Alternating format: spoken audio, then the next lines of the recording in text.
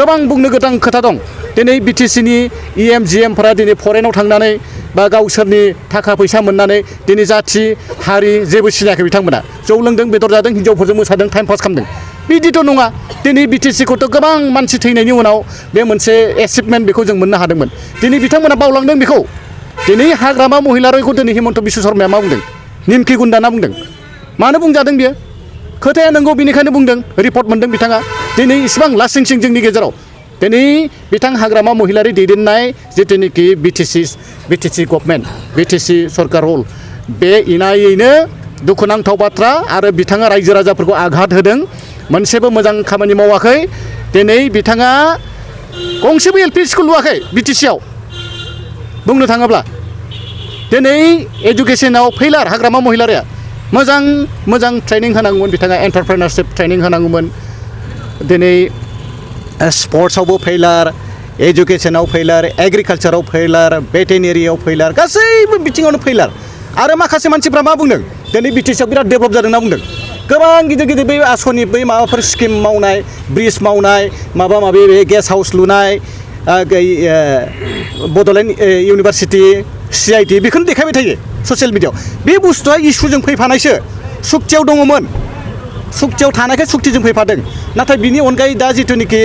BTC सालायदों बे BTC सालायनायाव दरिद्र लेभेलनिफ्राय ओरैबायदि कारापसन जोङो मोनसेबो कारापसनखौ जों हगारा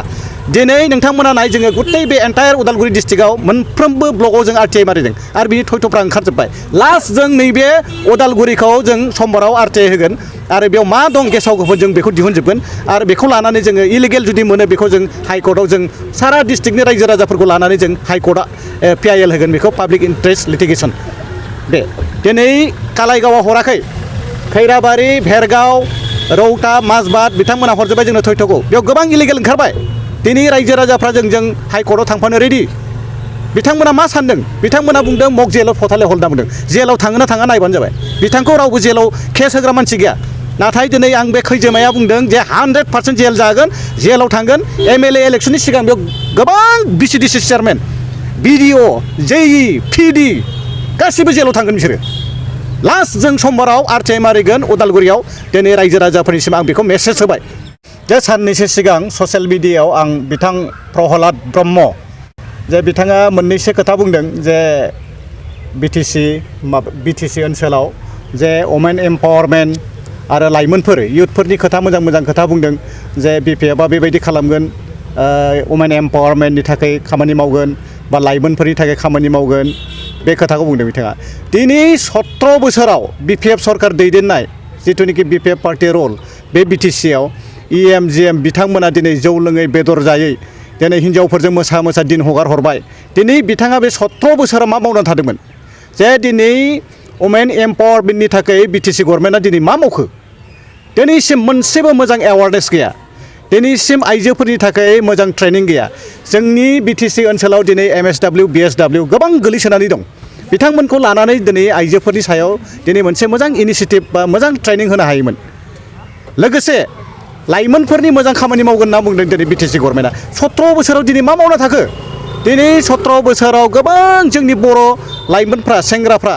जौ लोंनानै आथा जानानै माबा गान्जा सोबनानै बाइक सालायनानै एक्सिडेन्ट जानानै गोबां थैलांबाय दिनै इयुथफोरनि थाखाय बिटिसि गभर्नमेन्टआ मा इनिशिएटिभ लादों दिनै बिटिसि गभर्नमेन्टआ जोंनि गथै बे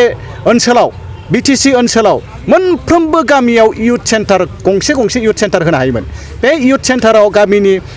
गामिनि मानसिफोरखौ दायित्व होनानै बे इयुथ सेन्टारावनो लाइब्रेरि मिउजिक स्पर्ट्स बेफोरनि थाखाय मोजां मोनसे आसनि लानो हायोमोन दिनै फैलार स्पर्ट्सआव फैलार लाइमोनफोरनि थाखाय जेबो खामानि मावनो हायाखै बिटिसि गभर्नमेन्टआ लोगोसे आरो गोबां दंबावो नाम्बार 1 एग्रिकालचारावबो फैलार दिनै नाम्बार 1 जोङो एग्रिकालचार भेटेरिनारिजों सोनारनानै थायो बिटिसिनि रायजो जानाय गासै सुबुंफोरा दिनै भेटेरिनारियाव मोनसेबो मोजां एवारनेस गैया ट्रेनिं गैया दिनै जोंनि गेजेराव गोबां MSW BSW दङ बिथांमोनखौ लानानै मोनसे ट्रेनिं होनो हायोमोन बिटिसि गभर्नमेन्टआ मोनसे सिरियाल प्लेनिं खालामनांगौ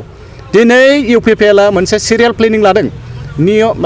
निति आदर्श जोबोद मोजां UPPLनि माबाया बेनिखायनो दिनै मानसिफ्रा बुजिनानै रायजो राजाफ्रा लोब फैनानै दिनै BTRनि गासैबो दफाफोरखौ मावफुंनो खाबु होगोन दिनै नट अनलि बर' गासैबो जाथि जनगोष्ठी बिथांमोना बुजिनानै दिनै UPPL आव सापर्ट खालामदों आरो नोंथांमोना नाय 15 थारिखआव UPPL आ 100% गभर्नमेन्ट दागोन